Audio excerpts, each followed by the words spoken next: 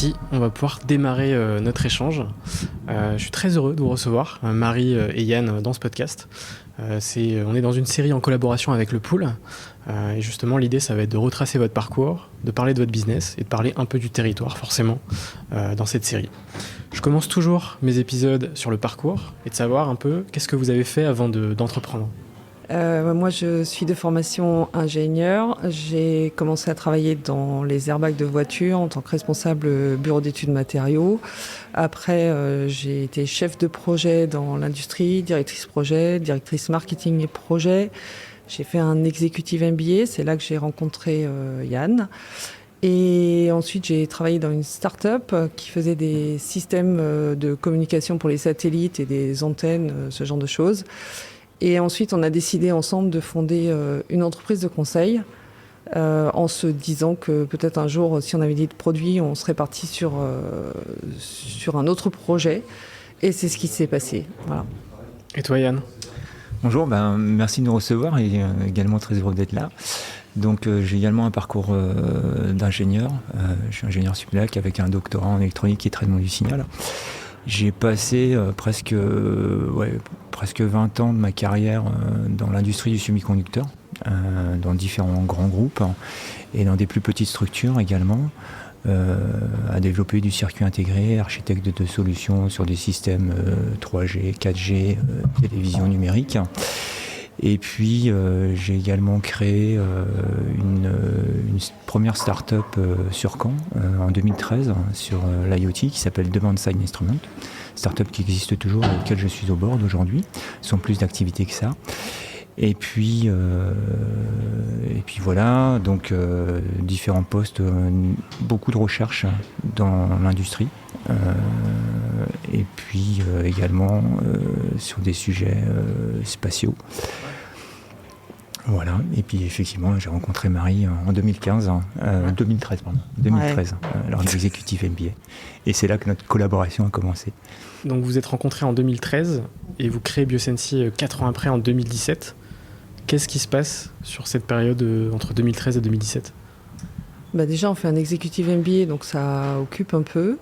Et on travaille ensemble pendant cette formation. On s'est rendu compte que on a deux approches de tous les sujets complètement différentes, deux modes de pensée complètement différents. Et en travaillant ensemble sur des études de cas et ce genre de choses, on s'est rendu compte que le résultat de ces deux approches, quand on arrivait à se mettre d'accord, était plutôt assez intéressant. Et on a vu qu'on avait une vraie complémentarité. Et c'est de là qu'est venue un peu l'idée de travailler ensemble et ensuite de créer l'entreprise de conseil. Okay, super. Voilà. Donc en 2017, vous créez Biosensi. Donc Biosensi, vous développez et commercialisez un dispositif médical connecté destiné à améliorer le parcours de soins des patients insuffisants respiratoires. Donc on appelle ça la BPCO, bronchopneumopathie chronique obstructive, j'espère que je le dis Bravo, bien. Ouais. Bravo. Donc c'est une maladie chronique, c'est la 3e cause de mortalité mondiale, c'est assez impressionnant.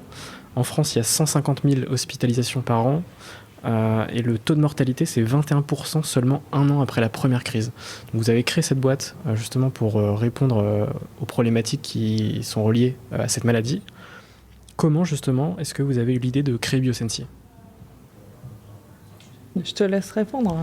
Oui, alors... c'est son frangin, c'est pour ça. Alors, l'idée est venue d'une rencontre, d'une histoire de famille. Mon frère est jumeau, donc j'ai un clone, pneumologue. Et c'est en discutant avec lui et Marie qu'il nous a fait part de cette pathologie, donc la bronchopneumopathie chronique obstructive, dont on n'avait jamais entendu parler auparavant, et de ces différents enjeux que vous venez de souligner d'ailleurs. Et là, on s'est dit, il y a probablement quelque chose à faire sur ce domaine-là. Lorsqu'on a commencé à faire des recherches, on a été très surpris qu'il n'y avait aucun dispositif à cette époque-là pour pouvoir surveiller le patient à son domicile. Ce qui était assez surprenant, parce que c'est pas un problème de techno pour moi, mais c'était plus un problème de marché. Et effectivement, on a mis presque un an à maturer le projet, Et on a effectivement constaté qu'il y avait un problème de financement, notamment par de la télésurveillance en France, et pour pouvoir suivre ces patients à domicile.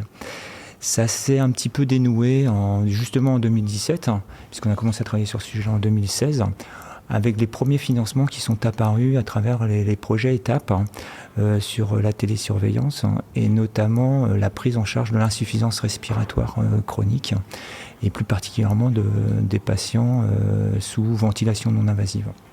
Et c'est là qu'on s'est dit, il y a quelque chose qui est en train de se passer là, et c'est le bon moment pour y aller. Et c'est là qu'on a décidé de se lancer. Ok. En fait, en tant qu'entreprise de conseil, on accompagnait pas mal d'entreprises innovantes. Beaucoup partaient de la techno et parfois trouvaient leur marché. Et des fois, elles avaient un peu plus de mal et étaient obligées de pivoter pour faire ça. Et là, quand Frédéric, le frère de Yann, nous a parlé des enjeux de la pathologie, du fait que lui regrettait de ne pas justement avoir des informations sur ses patients dans leur quotidien quand ils étaient à la maison et d'agir tout le temps trop tard. C'est ce que disait Yann. Là, on a vu un vrai marché, un vrai besoin, une attente très forte des patients, des soignants. Et après, oui, on n'avait pas de techno. Mais comme Yann l'a dit tout à l'heure, il a dit, ça doit pouvoir se faire. Donc, on s'est lancé. Voilà.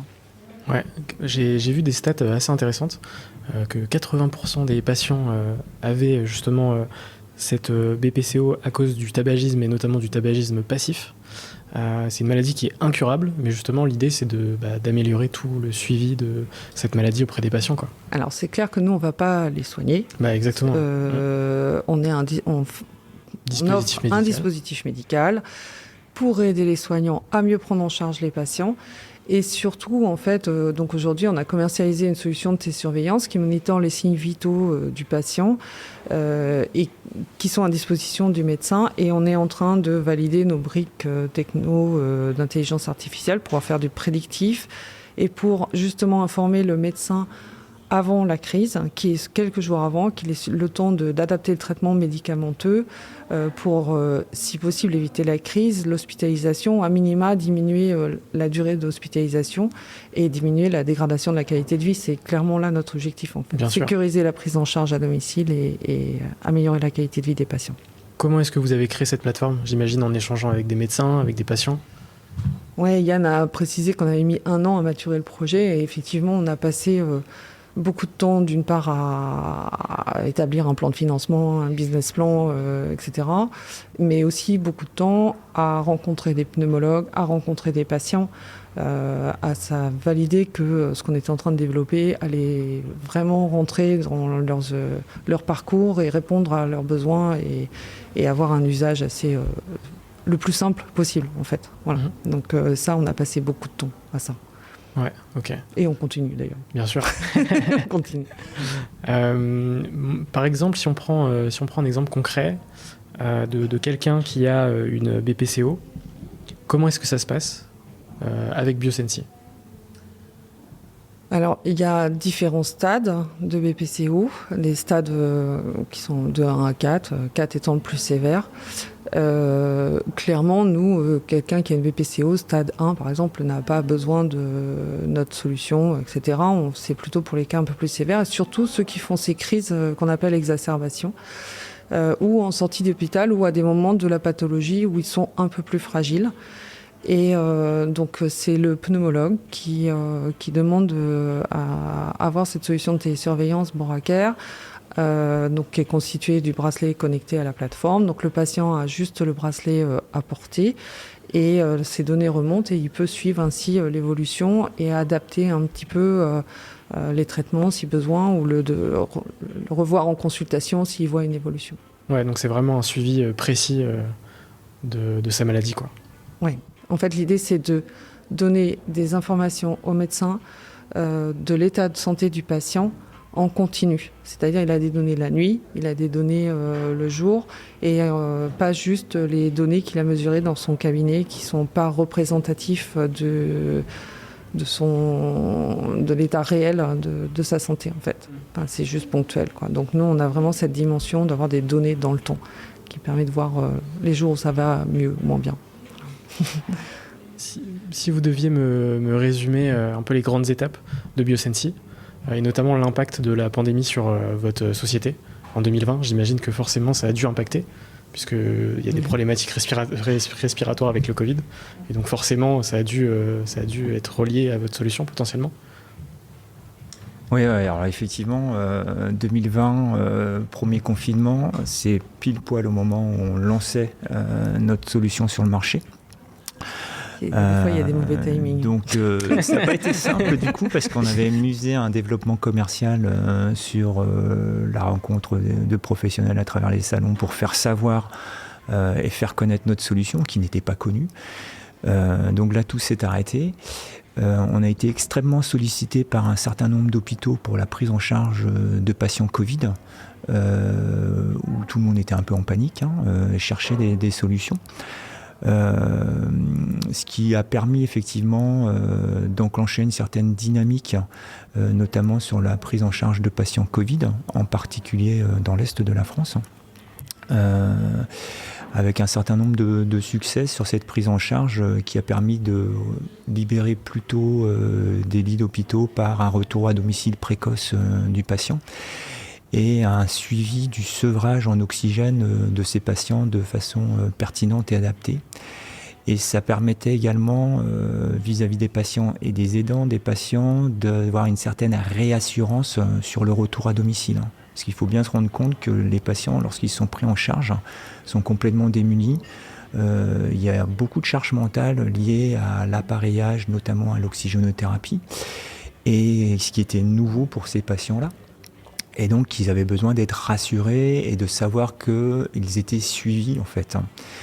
Et ça a été extrêmement bien fait dans l'Est de la France, parce qu'en fait, lorsque les patients arrivaient avec leur dispositif, s'ils ne se sentaient pas bien, ils étaient systématiquement pris en priorité aux urgences avec leurs données.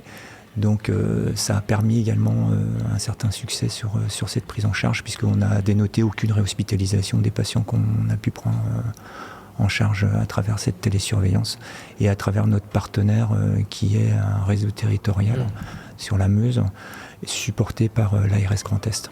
Ok, donc ça a permis vraiment d'accélérer le développement de votre solution. Je dirais pas ça, parce qu'en fait ça a mis complètement notre plan marketing par terre, grosso modo. Donc en fait on a eu du mal à se déployer dans le business qu'on avait imaginé initialement. On a eu des opportunités à la place grâce au Covid, mais on a des très belles expériences, comme Yann vient de le raconter. Après, on a aussi beaucoup de frustration, bien sûr, parce qu'on aurait aimé pouvoir aider beaucoup plus que ce qu'on a fait. Et malheureusement, on a des systèmes qui sont des fois un peu lourds, etc. Et on n'a pas pu le faire autant que ce qu'on aurait aimé, quoi, malgré les appels de médecins, etc. Mais après, il y a des problèmes administratifs, financiers. Voilà. Bien sûr. Après, Est-ce que vous pouvez me donner quelques chiffres aujourd'hui sur Biosensi, pas des chiffres financiers, mais plutôt le nombre de personnes que vous avez accompagnées potentiellement? Il y a un peu plus de 1000 patients qui sont suivis sur des périodes plus ou moins longues. En termes d'études cliniques, je ne sais plus à combien on est, mais on avait passé les 15 000 jours de données de télésurveillance, qui nous permet, nous, justement, de valider nos algorithmes. Voilà. Très bien. À peu près. Et aujourd'hui, on est en France simplement. Mais, combien de personnes dans l'équipe? 30. Ouais, c'est une belle équipe là. Ouais, ça commence à faire une grande famille, ouais, c'est clair.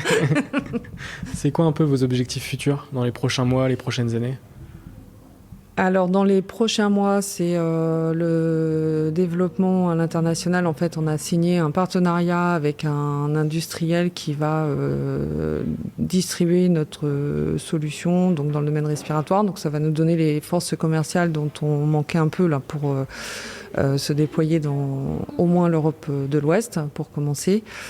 Après, on a des résultats sur la brique de médecine prédictive qui sont très encourageants.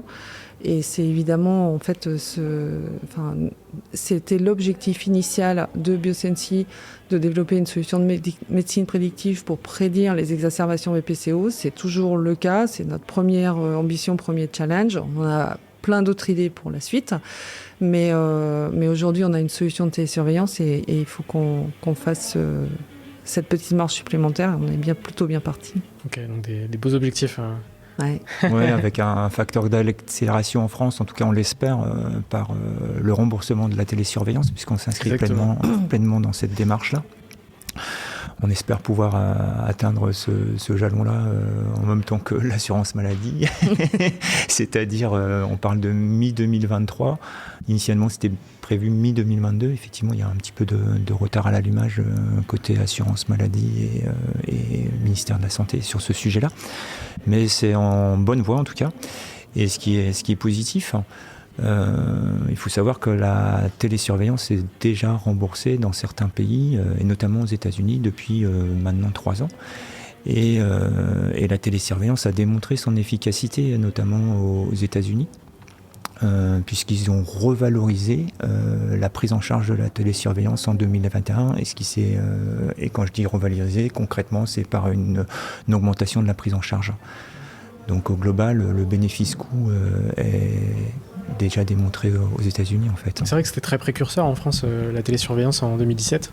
Il y avait assez peu d'acteurs à ce moment-là. Et potentiellement, ça se développe beaucoup plus aujourd'hui. Alors ça se développe, ça s'est beaucoup développé évidemment, forcément. Après, les contraintes là qui sont en train d'être mises par le gouvernement avec l'agence numérique en santé, etc., va faire en sorte que la marche va être un peu...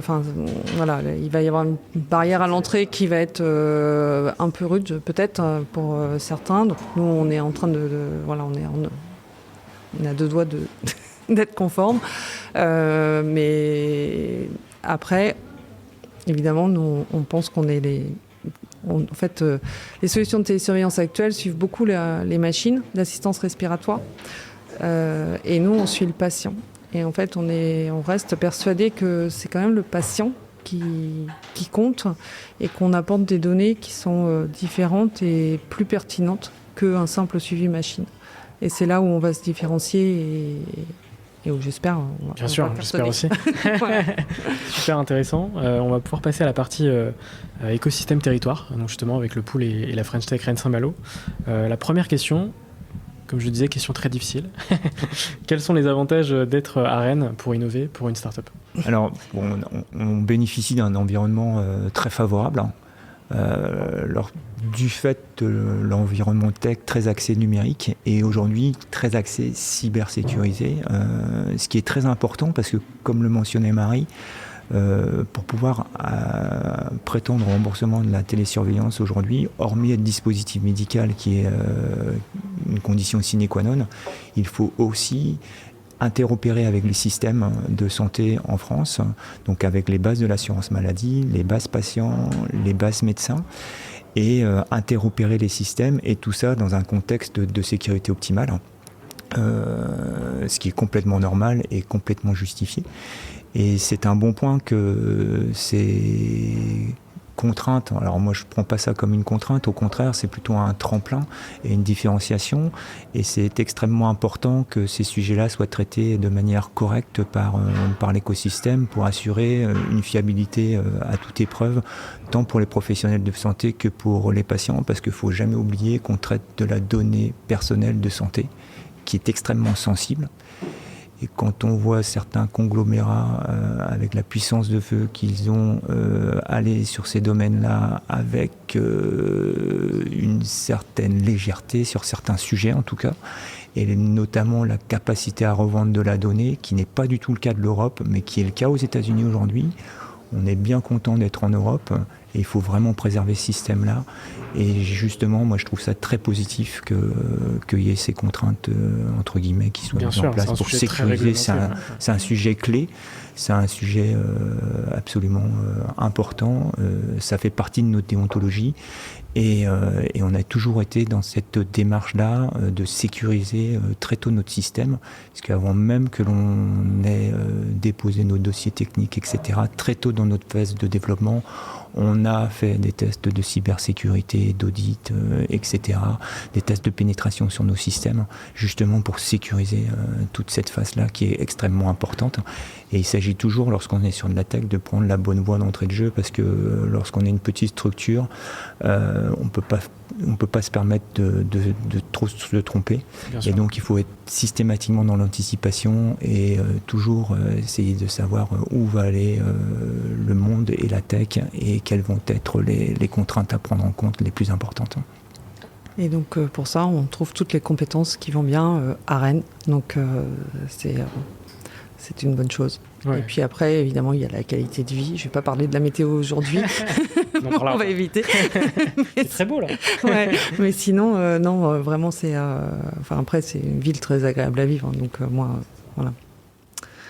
Et ma deuxième question par rapport à cette partie, c'est est-ce que vous pouvez me donner une anecdote reliée à la ville et à votre histoire, à votre business ?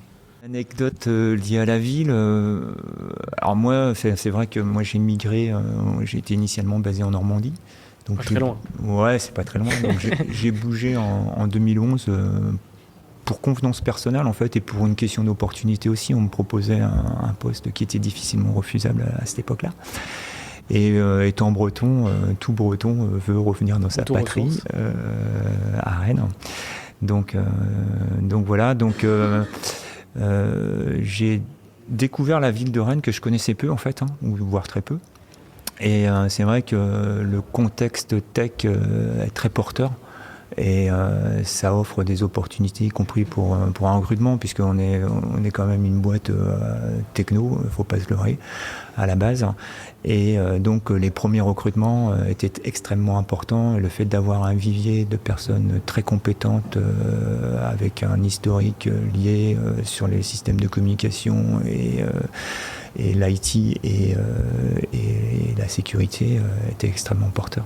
Pourquoi est-ce que vous avez choisi Rennes pour vous installer ? J'imagine que c'est de manière très naturelle, et justement vis-à-vis du... En fait, on a habité l'un et l'autre et nos familles respectives étaient basées à Rennes. Et donc, on s'est rencontrés à l'exécutif MBA à Rennes aussi, un peu à cause de ça. Grâce à ça. Pardon. Grâce à ça. Honnêtement, on s'est posé la question quand on a créé l'entreprise de savoir s'il fallait la baser à Rennes ou ailleurs, parce qu'on avait un doute sur le fait que l'écosystème soit très porteur sur la partie santé. Et en fait, il y a des très gros pôles à Lyon, à Lille, etc., où il y a beaucoup plus de medtech, évidemment Paris. Et on s'est posé la question de savoir si c'était pertinent ou pas de bouger ou de rester à Rennes. Après, très concrètement, pour convenance personnelle, on ne voulait pas faire déménager tout le monde, on va faire simple, on reste à Rennes. Et en fait, c'était un très bon choix parce que... on est peut-être moins nombreux dans MedTech en Bretagne, ça c'est clair. Mais du coup, on est aussi un peu choyés, entre guillemets. Il y a, pour en discuter avec des entrepreneurs qui sont sur Paris, il y a peut-être un peu moins de concurrence, etc. Donc, je le regrette vraiment pas, pour le coup. Voilà. C'était pas un peu naturel, etc. Je vais pas dire pas maîtrisé parce que si quand même, mais du coup, ce sera à refaire. Je remettrai le siège à Rennes, c'est clair. Ouais, si c'est d'autant plus vrai, quoi.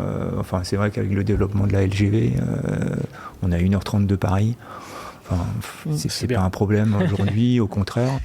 Et puis, alors aujourd'hui, c'est facile, le télétravail est en place, etc., etc. Ce qui n'était pas le cas lorsqu'on s'est créé. Donc certaines barrières qu'on aurait pu avoir il y a 4-5 ans de cela, aujourd'hui elles sont complètement tombées en fait. Donc on n'a aucune raison et il s'avère que c'est un excellent choix. Ouais. Et on est près de la mer, c'est un point super important. Exactement. C'est clair. Pour la dernière question sur cette partie, est-ce que vous pouvez me donner 2 adjectifs, donc un chacun, pour qualifier l'écosystème local? Solidaire. Ouais. Pourquoi? Parce qu'en fait, quand un entrepreneur a un coup un peu dur ou un souci, pour l'avoir, un problème quelconque, pour l'avoir déjà testé, l'écosystème se parle, y compris sans nous en fait, et en disant mais qu'est-ce qu'on peut faire pour aider, et on est toujours là, donc c'est qu'ils ont trouvé des solutions. Et ça, je pense que c'est une force en fait de cet écosystème local.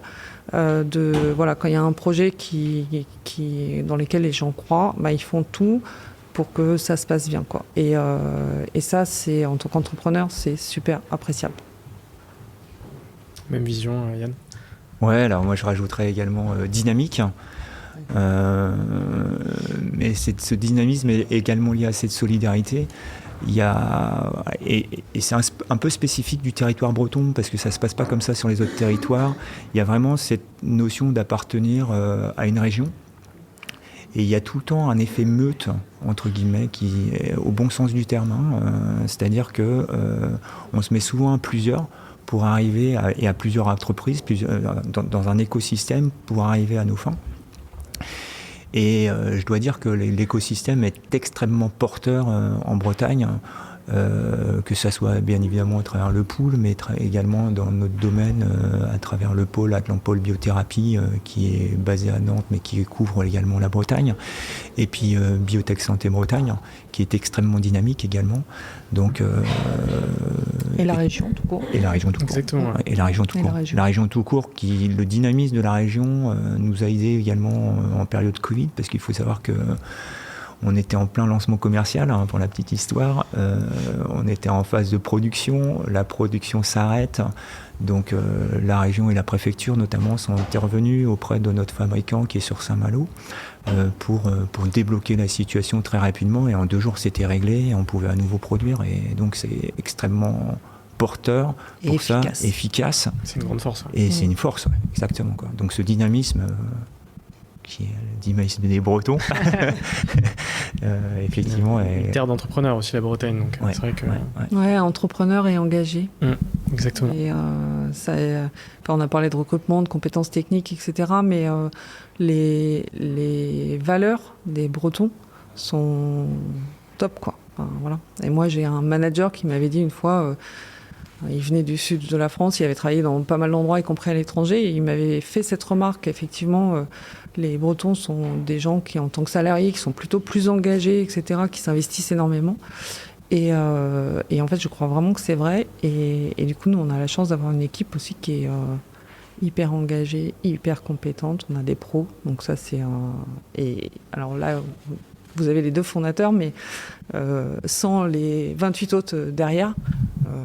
on aurait beaucoup de micros. Ouais, ça serait pas possible. Super. On va pouvoir passer à la partie bilan de cette aventure. Une première question, qu'est-ce qui a été le plus difficile dans votre aventure entrepreneuriale? Parce que c'est vrai qu'on parle potentiellement de ce qui s'est bien passé, entre guillemets, mais qu'est-ce qui a été le plus dur pour vous? Après, il y a le grand classique qui est difficile pour tous les fondateurs de start-up, c'est la recherche de financement, etc. Ça, c'est classique. C'est très consommateur de temps.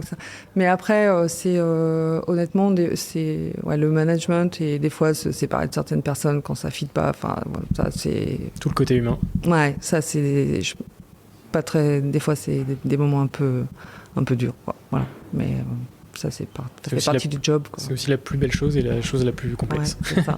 C'est ça. Et toi, Yann? Ouais, ça rejoint un petit peu ce que dit Marie. Effectivement, on est passé par différentes phases. On est 30 aujourd'hui et on continue à croître. On marche par palier, en fait. Et à chaque palier, c'est une nouvelle étape. Avec effectivement du renouvellement, puisqu'il y a des départs et des arrivées, comme dans tout cycle d'entreprise. Et ce qui peut être difficile parfois sur certains profils clés lorsqu'il y a des départs, et il faut savoir les surmonter.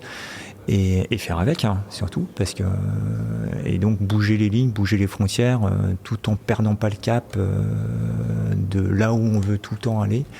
Et garder ce pourquoi on a mis BioSensi sur les rails, hein, c'est avant tout la prise en charge du patient et essayer d'apporter une solution de prise en charge adaptée au domicile du patient, et on s'inscrit effectivement pleinement dans tout ce qui est déserts médicaux. On en parle beaucoup actuellement, les problèmes du système de santé, et c'est comment faire différemment là aussi.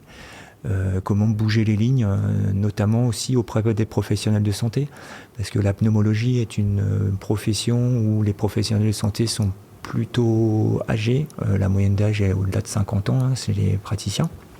Donc là aussi il s'agit de faire bouger les lignes et d'aller à l'encontre de certains préjugés, tout en les convertissant tant que peut se faire. Ok. dans le bon ordre. Et de quoi êtes-vous le plus fier aujourd'hui ? Des résultats que l'on a, d'avoir une solution, d'être en train de se dire qu'on va atteindre notre objectif, que ça va aider des patients, c'est ça la plus... ça reste le point de départ, et pour moi c'est toujours celui-là, quoi. On a, avec beaucoup de challenges passés à venir, que des choses passionnantes en fait, par contre, on s'enrichit tout le temps. Et oui, la meilleure récompense, c'est quand le patient il dit ça m'a sauvé, quoi. Et ça, c'est vrai que c'est fort. ça c'est top. Et moi c'est l'équipe en fait, l'équipe qui nous accompagne tous les jours, qui est là pour le projet. Et pour ce que ça apporte. Donc ils apportent toutes leurs compétences et mettent toute leur énergie justement à la réalisation de ce projet. Donc ça pour moi ça c'est la plus grande fierté, quoi, d'aboutir à quelque chose avec une équipe. Ok, et on va pouvoir passer à l'avant-dernière partie de notre échange sur les rencontres et vos sources d'inspiration, on va dire. La première, c'est est-ce que vous pouvez me parler d'une rencontre qui a marqué votre aventure ? Tout particulièrement, parce que des rencontres, forcément, on en a plein dans une aventure. Il y en a plein qui nous marquent. Est-ce que vous pouvez m'en citer une ? Il y a évidemment celle du frère de Yann, pneumologue. Ça, c'est... voilà. Moi, j'ai en tête des patients aussi. Voilà. Donc, avec qui je suis aujourd'hui amie. Et qui... Certains me disent, ils critiquent le produit, parfois très sévèrement. Mais c'est comme ça qu'on fait évoluer. mais ouais, c'est super important. Donc il y a de très belles rencontres comme ça. Et toi, Yann ? C'est Ton frère, la rencontre s'est faite assez tôt. Ouais, ininterrompu. Donc là, je peux pas lutter là. Ça c'est là clair, où tu mais dis Marie en fait dans les rencontres. Oui. Bon, Marie. Sophie, effectivement, sans qui ça, on l'aurait. Enfin, seul c'est compliqué. On connaît effectivement, Marie comme moi, des entrepreneurs qui entreprennent seuls. C'est toujours extrêmement compliqué. Le fait d'avoir un binôme et vraiment deux jambes pour asseoir le corps et se tenir droit debout, c'est quand même plus pratique, quoi. Et ça permet aussi de s'encourager mutuellement et de se remonter mutuellement quand c'est nécessaire. Dans la vie, on s'engueule aussi. C'est normal. Exactement. Faut pas croire. On a eu une réponse similaire avec Carmap la semaine dernière sur le premier épisode, où justement il disait on fonctionne un peu comme un couple, c'est-à-dire que voilà, il y a des bons moments, des moins bons moments, mais ça fait partie de l'aventure, quoi. C'est vrai que pour affronter les moments difficiles, c'est bien d'être deux. Clairement, ouais. Pour avoir testé, c'est clair que on a chacun nos périodes, etc. Mais moi toute seule ou Yann tout seul, on n'aurait pas fait BioSensi. Donc voilà. Est-ce qu'il y a des entreprises ou des sujets qui vous inspirent aujourd'hui dans votre secteur ? Alors, des sujets, oui. notamment d'une manière globale la prise en charge des pathologies chroniques. Hein. Alors parce qu'on parle de la BPCO, mais on est un peu plus vaste que ça en fait. Hein. C'est l'insuffisance respiratoire au global, ça concerne aussi l'asthme, ça concerne des pathologies comme le syndrome d'obésité hypoventilatoire, la fibrose qui sont extrêmement importantes. Donc voilà, ces sujets-là sont vraiment importants et quand on voit le chemin qui reste à parcourir, on se dit qu'on a une super aventure encore à dérouler, y compris sur ces pathologies-là. En fait, moi, j'ai pas envie de citer de nom d'entreprise, mais ce que je voudrais préciser, c'est qu'en fait, on a toujours regardé un petit peu pas des grands frères, mais des autres boîtes un peu plus matures que nous, etc. Mais en fait, on voit que dans le temps, on regarde pas les mêmes. Bien sûr. Nous-mêmes, on évolue, évidemment. Et donc, là, on se structure un peu plus et donc on regarde toujours un peu plus loin. Ouais, de toute façon, nos sources d'inspiration aujourd'hui ne sont pas les mêmes qu'il y a 3 mois et ne seront pas les mêmes que dans 3 mois donc, ou dans 6 mois, etc. Donc c'est vrai que ça évolue au fil du temps, tout simplement. On va pouvoir passer à la partie finale avec quelques petites questions rapides. Pas de piège, toujours. Est-ce que vous avez un livre à me conseiller ? Alors moi, j'ai pas forcément de livre à conseiller, mais je suis un peu fan des TED Talks, donc voilà, ce serait plutôt ça, quoi. Okay. Un en particulier ou pas ? Oh non, j'en consomme beaucoup. Et toi, Yann ? Moi, je suis un fan de polar. C'est quoi ton dernier polar là Donc voilà, et en fait, il y a des polars aujourd'hui qui mènent justement tout ce qui est prise en compte de la partie cybersécurité et notamment l'éthique également liée à ça.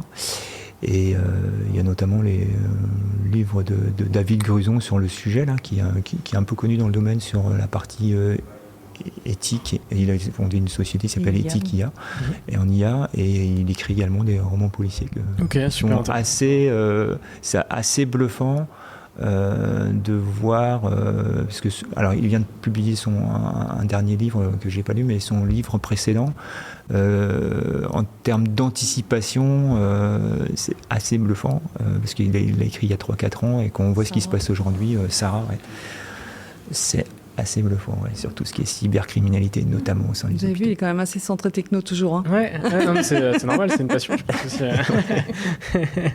Super. Est-ce que vous avez un film ou une série à me conseiller ?